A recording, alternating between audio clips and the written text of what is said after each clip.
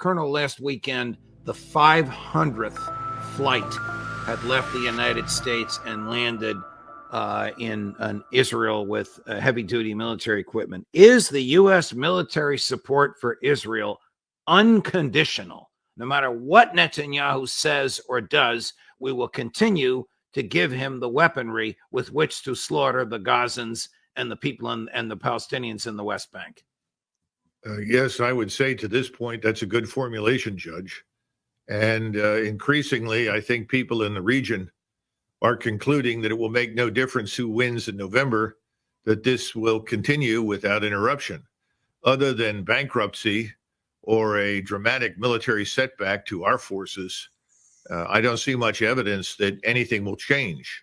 Now, we have to understand, and we've talked about this before, that most Americans on any given day are the victim of three things. First of all, they only know what the mainstream tells them, unless they listen to you or a few other people who are referred to, as you know, as alternative media.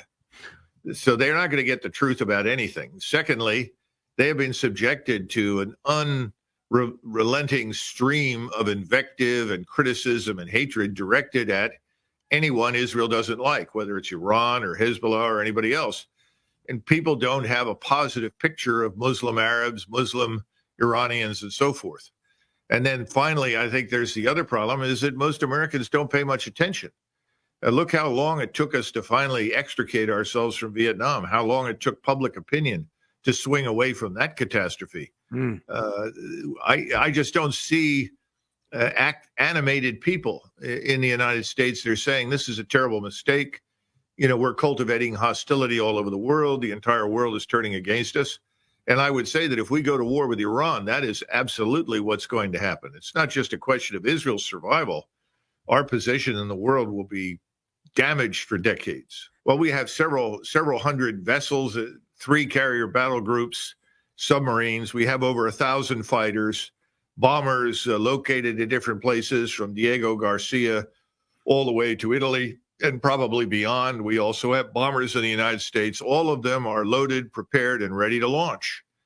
When you have that kind of military power sitting there, it doesn't take much to start a war.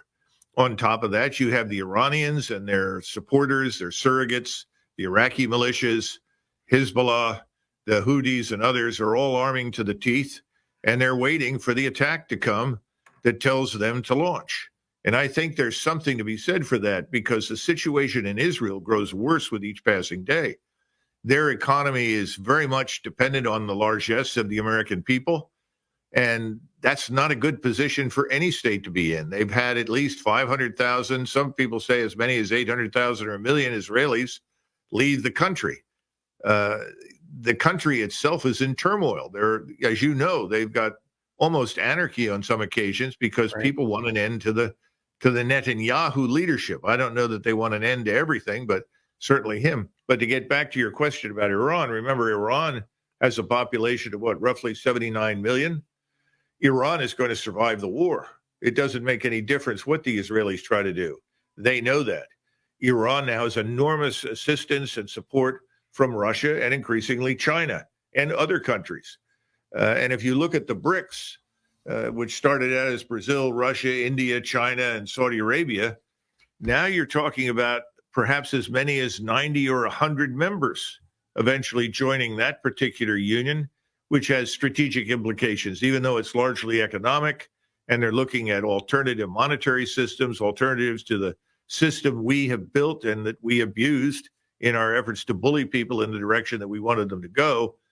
They are now in a position to walk away from us completely. I think we've already seen that with Saudi Arabia. I think we're going to see more of it. So the cost to us of supporting Israel is high, but if it goes to war with Iran, the cost could really be devastating to us. آنچه در مورد ما میگویند